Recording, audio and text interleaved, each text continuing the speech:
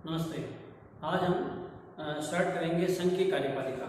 संघ की कार्यपालिका भारत के संविधान भाग 5 में अनुच्छेद 52 से लेकर 78 यानी 52 से 78 तक संघ की कार्यपालिका है। और संघ की कार्यपालिका में अगर हम बात करना चाहें तो संघ की कार्यपालिका में सबसे पहले राष्ट्रपति, उपराष्ट्रपति, प्रधानमंत्री, मंत्रिपरिषद और महान्यायवादी, ये 5 टॉपिक आते हैं संघ की कार्यपालिका। संघ का मतलब क्या होता है? संघ का मतलब होता है समूह, ग्रुप। भारत जो है वो भारत के संविधान के अनुच्छेद 1 के अनुसार भारत राज्यों का समूह है, भारत राज्यों का संघ है। इसीलिए कहा जाता है, हर जगह शब्द आता है संघ, यानी इट मीन्स यूनियन। भारत क्या है? भारत एक यूनियन ऑफ द स्टेट है। इसीलिए हर जगह जो शब्द आता है यूनियन, और संघवाद को बोलेंगे फेडरल।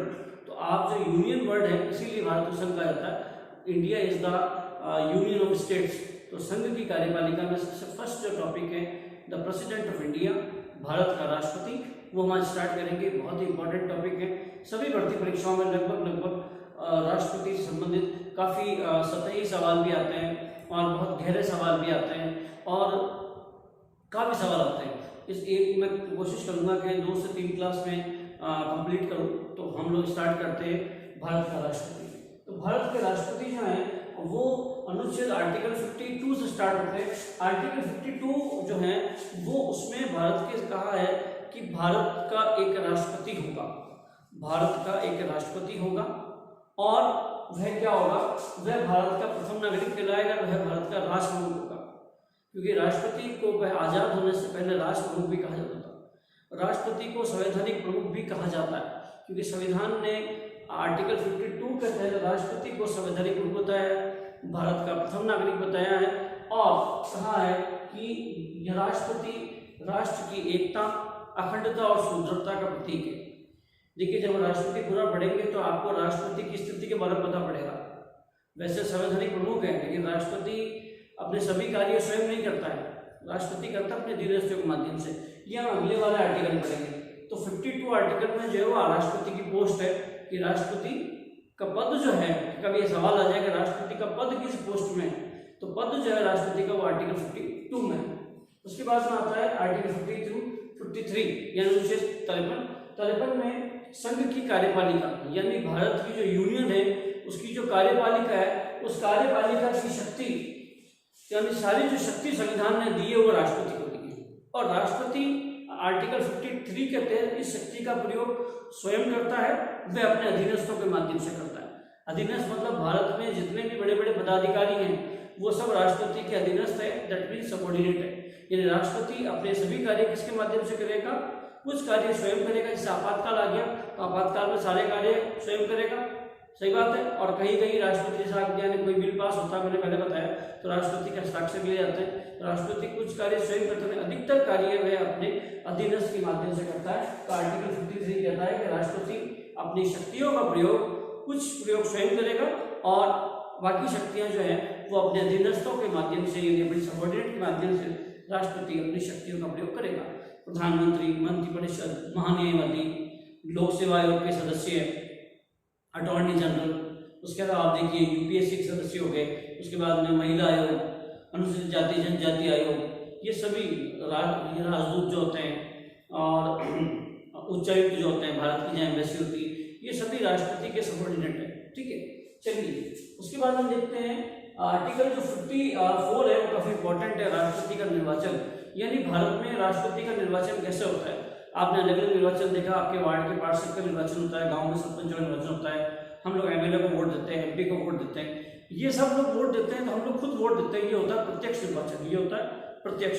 लेकिन भारत में राष्ट्रपति का जो निर्वाचन है वो अप्रत्यक्ष, यानी डायरेक्ट नहीं, इनडायरेक्ट, यानी हम लोग वोट नहीं देंगे, हमारे द्वारा चुने गए प्रतिनिधि इनको वोट देते हैं। इसलिए राष्ट्रपति का निर्वाचन जो सबसे पहले तो अप्रत्यक्ष है, ये आपकी जानकारी में होना चाहिए। और राष्ट्रपति के निर्वाचन के लिए संविधान में व्यवस्था है कि राष्ट्रपति के निर्वाचन के लिए एक निर्वाचक मंडल है, यानी राष्ट्रपति का चुनाव करने का एक निर्वाचक मंडल है। वह निर्वाचक मंडल के सदस्य ही राष्ट्रपति को वोट करते हैं, यानी भारत का आम नागरिक राष्ट्रपति को वोट नहीं कर सकता है। यानी वोट कौन करेगा? राष्ट्रपति का एक निर्वाचक मंडल होता है, वो निर्वाचक मंडल के सदस्य है ना, इलेक्शन कमेटी होती है, वो निर्वाचक मंडल के सदस्य ही वोट करेंगे। हम देखते हैं निर्वाचक मंडल के सदस्य कौन कौन है, ये सब हम आगे डिस्कस करेंगे, देखते हैं। तो राष्ट्रपति जो है तो राष्ट्रपति का निर्वाचन कैसा होगा, मैंने बताया आपको, अप्रत्यक्ष रूप से होगा। और अप्रत्यक्ष रूप से किसके द्वारा होगा, एक निर्वाचक मंडल के द्वारा होगा। उस निर्वाचक मंडल में सबसे हम पहले देखेंगे भारत में जितने भी राज्य हैं, भारत में पहले राज्य 29 थे, अभी 28 हो गए। जम्मू कश्मीर को भी केंद्र शासित प्रदेश बना दिया, लेकिन उसे भी अर्ध राज्य का दर्जा दे रखा है, जैसे दिल्ली और पांडिचेरी का, यानी वो विधानसभा भी है और वो केंद्र शासित प्रदेश भी, जैसे दिल्ली है। तो भारत के जितने भी राज्य, उन राज्य की विधानसभाओं के सदस्य, यानी भारत में जो राज्य हैं उनके सभी विधानसभा सदस्य, अगर हम विधानसभाओं के सदस्य देखें तो विधानसभाओं सदस्य हैं 4120। जैसे राजस्थान में 200 विधायक है, आप देखेंगे उत्तर प्रदेश में 403 विधायक है, हर जगह अलग अलग जितनी विधानसभा, तो सारे विधानसभाओं के सदस्य मिलकर भी राष्ट्रपति को वोट देते हैं। पहली बात, संसद के निर्वाचित सदस्य, यानी भारत की जो संसद है, संसद के 2 सदन है, लोकसभा और राज्यसभा।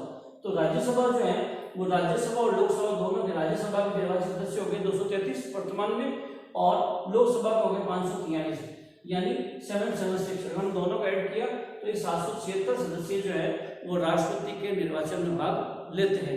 एमएलए रहते हैं इतने और एमपी रहते हैं इतने। उसके बाद हम देखते हैं कि दिल्ली और पांडिचेरी, देखिए हमारे देश में 1992 में 1992 में एक संविधान संशोधन हुआ था, 69वां संविधान संशोधन। 69वें संविधान संशोधन के तहत दिल्ली और पांडिचेरी को भारत में अर्ध राज्य का दर्जा दिया गया, यानी दिल्ली और पांडिचेरी थे तो केंद्र शासित प्रदेश ही, लेकिन इनके यहाँ पे विधानसभा स्थापित की गई और इन्हें अर्ध राज्य का दर्जा दे दिया गया।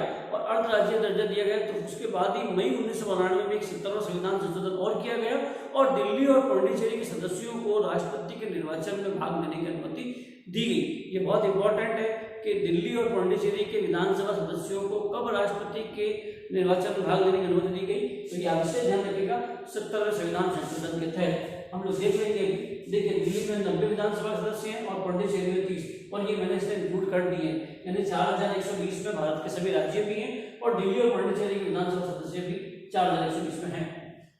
अब कुछ स्पेशल बात कि कौन राष्ट्रपति के निर्वाचन में भाग नहीं लेगा, तो नहीं कौन लेगा, निलंबित सदस्य। पहला हम देखते हैं निलंबित, और भाग कौन लेने का, निलंबित सदस्य, यानी किसी भारत की विधानसभा का कोई सदस्य या लोकसभा का कोई सदस्य किसी अध्यक्ष ने अनुशासनात्मक कार्रवाई के तहत या किसी कार्रवाई के तहत किसी सदस्य को निलंबित कर रखा है कुछ समय के लिए, या वह निलंबित चल रहा है, तो निलंबित सदस्य भी, ध्यान रखना, निलंबित सदस्य भी राष्ट्रपति के चुनाव में भाग लेता है अगर वह उसका निलंबन काल चल रहा होगा तो भी। पहली बात। फिर हम देखेंगे कौन भाग नहीं ले सकता। देखिए, अगर यदि भारत की कोई विधानसभा भंग चल रही है, आपको ध्यान है आर्टिकल 356 के तहत भारत के किसी भी राज्य की विधानसभा को भंग किया जा सकता है अगर वहां संवैधानिक तंत्र विफल हो चुका हो या राज्य में कोई ऐसी आपदा आ गई हो तो उस हिसाब से उसे भंग किया जा सकता है। तो वह अगर विधानसभा भंग है तो उस विधानसभा के सदस्य राष्ट्रपति के चुनाव में भाग नहीं लेंगे। निलंबित सदस्य लेगा कोई, वो एक सदस्य की बात है, 1 या 2 4, लेकिन अगर पूरी विधानसभा ही भंग है तो वह विधानसभा का कोई भी सदस्य राष्ट्रपति के चुनाव में भाग नहीं ले सकता है। फिर हम देखते हैं कि और कौन भाग नहीं लेगा। हमें ध्यान है कि संसद में जो भारत का राष्ट्रपति है वो 14 सदस्य को मनोनीत करता है। 2 सदस्य तो करता है लोकसभा में आंध्र भारतीय और 12 सदस्य करता है राज्यसभा में।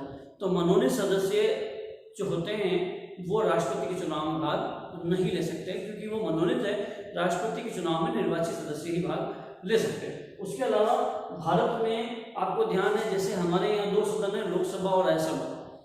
भारत में 8 राज्य ऐसे हैं, उन 8 राज्यों में 2 सदन है, एक सदन का नाम है विधानसभा और दूसरे सदन का नाम है विधान परिषद, है ना, विधानमंडल बोलते हैं उन दोनों को मिलाकर।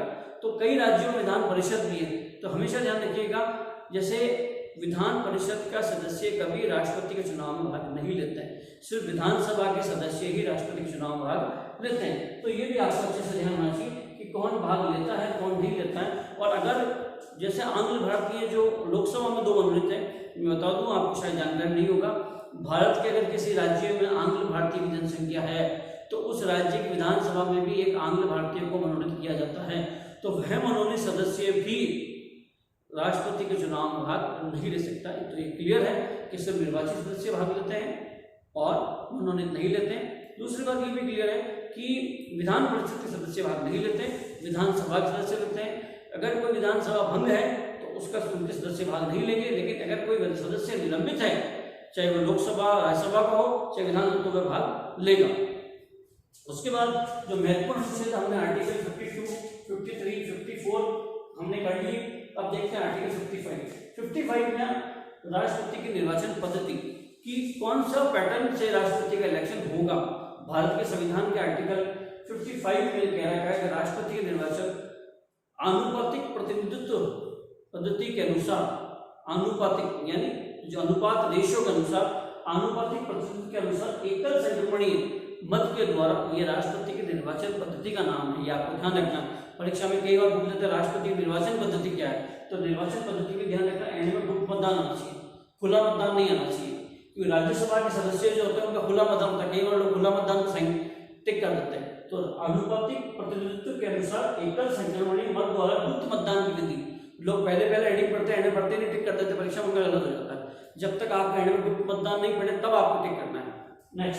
नेक्स्ट हम देखते हैं कि राज्यसभा में देखिए क्या है कि जब राष्ट्रपति का जो चुनाव होता है तो जो राष्ट्रपति के चुनाव में भारत के हर राज्य के जो विधानसभा होती है उसमें विधानसभा के सदस्यों का मत मूल्य है, यानी एक विधायक का मत मूल्य क्या है, वोट की वैल्यू निकाली जाती है और वो वोट की वैल्यू के आधार पर उस विधानसभा, उस राज्य के विधानसभा सदस्यों के वोट जो है उनका देखते हैं कि इसका वैल्यू क्या है। तो उस वैल्यू का जो आधार है वो सबसे 1971 की जनसंख्या है। देखिए आप देखिए मत मूल्य निकालते हैं।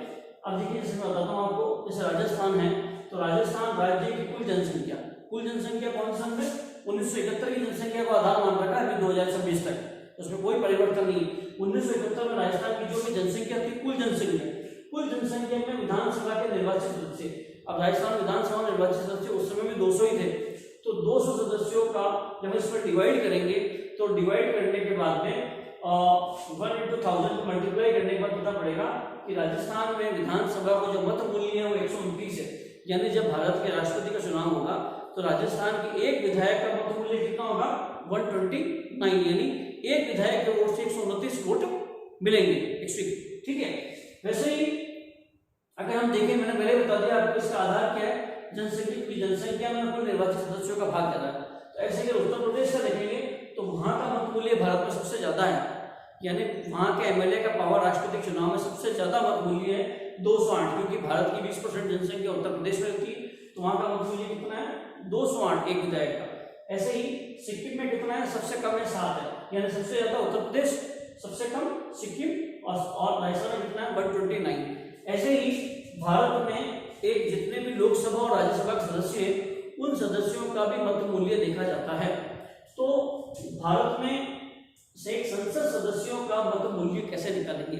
अब देखिए, जैसे मैंने या राजस्थान का मत मूल्य बताया आपको, या मैंने उत्तर प्रदेश का मत मूल्य बताया, या मैंने सिक्किम का बताया, तो भारत के सारे राज्यों के मत मूल्य को ऐड कर लेंगे। ठीक है, क्या लिखा है, सभी राज्यों की विधायकों का मत मूल्य, यानी सभी राज्यों के जो विधायक होंगे एक उनको सबको ऐड कर लेंगे, और संसद के कुल निर्वाचित सदस्य हैं 776, फिर इसको इस पर डिवाइड करने पर यह आएगा 708। यानी भारत में जब राष्ट्रपति का चुनाव होता है तो एक संसद सदस्य का मत मूल्य कितना होता है, 708। तो ऐसे क्या करते हैं, ऐसे सभी राज्यों की समानता आ जाती है, और समानता आने के बाद में राष्ट्रपति के चुनाव में केंद्र शासित प्रदेश संघ भी शामिल हो गया, राज्य भी शामिल हो गए, सांसद भी शामिल हो गए, और इसके आधार पर राष्ट्रपति को मत मूल्य के आधार पर वोट दिया जाता है। अब देखिए, वोट देने में भी सिस्टम अलग है। ऐसा नहीं है कि राष्ट्रपति के चुनाव में कई बार 3 लोग खड़े हो जाएं या 4 खड़े हो जाएं तो क्या होगा। तो देखिए, राष्ट्रपति के चुनाव में ऐसा है कि वैसे लगता है कि भारत में राष्ट्रपति का चुनाव की जो योग्यता है राष्ट्रपति की वो आगे आर्टिकल्स में है, लेकिन फिर भी मैं आपको बता दूं 35 वर्ष की आयु पूर्ण करने के बाद राष्ट्रपति का चुनाव, राष्ट्रपति के उम्मीदवार के रूप में आप खड़े हो सकते हो। आप भारत के नागरिक होने चाहिए, आप पागल दीवालिया नहीं होना चाहिए। संसद सदस्य की जो योग्यता है वही राष्ट्रपति के उम्मीदवार की योग्यता, लेकिन आयु 35 वर्ष है। लेकिन और 15,000 रुपये जमानत राशि तो कोई भी दे सकता, लेकिन हर भारत का एक व्यक्ति सोच लेगा कि मैं राष्ट्रपति के चुनाव में फाइट कर सकता हूँ, मैं राष्ट्रपति का चुनाव लड़ूंगा। ऐसा नहीं है, क्योंकि राष्ट्रपति के चुनाव लड़ने के लिए संसद के सदस्य 50 तो प्रस्तावक होने चाहिए और 50 अनुमोदक होने चाहिए। यानी 100 संसद सदस्य जब आपके फॉर्म पर, उम्मीदवार के फॉर्म पर साइन करेंगे तो आपका फॉर्म जो है वो लोकसभा के महासचिव के पास जमा होता है तो सबमिट होगा, तब जाकर तो उम्मीदवार बनोगे। तो इससे पता पड़ता है कि हर कोई व्यक्ति, हम लोग एक एमएलए के पास भी साइन कराना जाए तो इतनी आसानी से साइन नहीं होते, हम तो पटवारी के पास भी जाए तो साइन नहीं होते। तो 100 सांसदों का साइन कराना हर व्यक्ति की बस की बात नहीं। से पता पड़ता है कि जब तक कोई बड़े राजनीतिक दल का या बड़े राजनीतिक गुट का हमें सपोर्ट नहीं हो या किसी व्यक्ति को नहीं हो, वह राष्ट्रपति का उम्मीदवार नहीं बन सकता है। हम देखते हैं राष्ट्रपति निर्वाचित होने के लिए, देखिए मैंने बताया आपको 2 या 3 कैंडिडेट भी खड़े हो जाए तो क्या होगा। तो भारत के संविधान में एक न्यूनतम कोटा तय कर रखा है कि भाई न्यूनतम इतने वोट तो आने चाहिए, तो वह उम्मीदवार को ही हम राष्ट्रपति का दावेदार, राष्ट्रपति पद पर स्वीकृत मानेंगे या राष्ट्रपति के लिए निर्वाचित मानेंगे। अब जितने भी उम्मीदवार खड़े होंगे तो जितने जो लोग जो वोट देते हैं, एमएलए वोट देते हैं, एमपी वोट देते हैं, इनको एक स्लिप मिलती है। उस स्लिप पर इनको वरीयता लिखनी पड़ती है कि मैं पहले नंबर पर राष्ट्रपति इनको बनाना चाहता हूँ, दूसरे नंबर पर इनको बनाना चाहता हूँ, तीसरे नंबर इनको, ये वरीयता के आधार पर वोट देते हैं। ऐसे नहीं करते जैसे हम लोग सील लगा देते हैं या उसके आगे जो हम लोग बीप का बटन दबा देते हैं, ऐसा नहीं है। इसमें वरीयता के आधार पर वोट देना होता है। नेक्स्ट मैंने बताया आपको, राष्ट्रपति के उम्मीदवार भारत में लोकसभा के महासचिव को अपना नामांकन का आवेदन पत्र देगा और उस आवेदन पत्र पर 50 तो प्रस्तावक और 50 अनुमोदक होने चाहिए। यानी 50 लोग कहें कि हम इनका प्रस्ताव करते हैं कि ये चुनाव लड़ना चाह रहे हैं और 50 को अनुमोदन स्वीकृत करते हैं कि हाँ हम इनके साथ हैं। तो ऐसे 100, और ये 100 सदस्य कौन होंगे? संसद के सदस्य। तो इसी से पता पड़ जाता है कि राष्ट्रपति का चुनाव एक आम व्यक्ति नहीं लड़ सकता जब तक उसे किसी बड़े राजनीतिक दल का सपोर्ट न हो। 15,000 रुपये जमानत राशि, राष्ट्रपति का चुनाव लड़ने के लिए मात्र 15,000 रुपये जमानत राशि देनी होती है। 1993 से पहले तो 2500 रुपये थी, बाद में ये बढ़ाकर 15,000 कर दी गई। और एक राष्ट्रपति का जो उम्मीदवार होता है उसे चुनाव प्रचार के लिए, यानी उसको जो चुनाव प्रचार का समय मिलता है वो मात्र मिलता है 14 दिन का। यानी राष्ट्रपति का चुनाव लड़ने वाले व्यक्ति को कितना समय मिलेगा? 14 दिन का समय कुल चुनाव प्रचार के लिए मिलता है। और जो न्यूनतम मत है, कई बार कहते हैं कि भाई जमानत जब्त होना, अगर जीतना अलग, जीतने के न्यूनतम कोटा अलग निर्धारित है, लेकिन अगर मान लीजिए 2 या 3 कैंडिडेट चुनाव में खड़े हुए तो उन्हें अपनी जमानत बचाने के लिए भी न्यूनतम, यानी कुल जो वोट वैलिड वोट पड़े उसका 1/6 या कुल वोट का 16.66% तो वोट लाने ही पड़ेंगे, तभी जाकर उनका न्यूनतम जो वोट है, जो न्यूनतम जो मत आएंगे उनकी जमानत राशि बच पाएगी। कई बार कहते हैं जमानत नहीं बच पाई, क्योंकि जमानत के लिए भी हमारे भारत में, हालांकि जो ये रेशियो सभी जगह निर्धारित है कि न्यूनतम मत इतने आएंगे तो उस व्यक्ति का जमानत राशि उसको वापस दे दी जाएगी, नहीं तो उसकी जमानत जब्त हो जाएगी। ऐसा प्रावधान भारत के अंदर है। राष्ट्रपति का टॉपिक है, आगे हम राष्ट्रपति की शक्तियां हैं, राष्ट्रपति की योग्यता क्या है, इन सभी के बारे में पढ़ेंगे। आप अपनी तैयारी बेहतर कीजिएगा और आपको सही लगे तो जरूर सब्सक्राइब कीजिएगा। Thank you.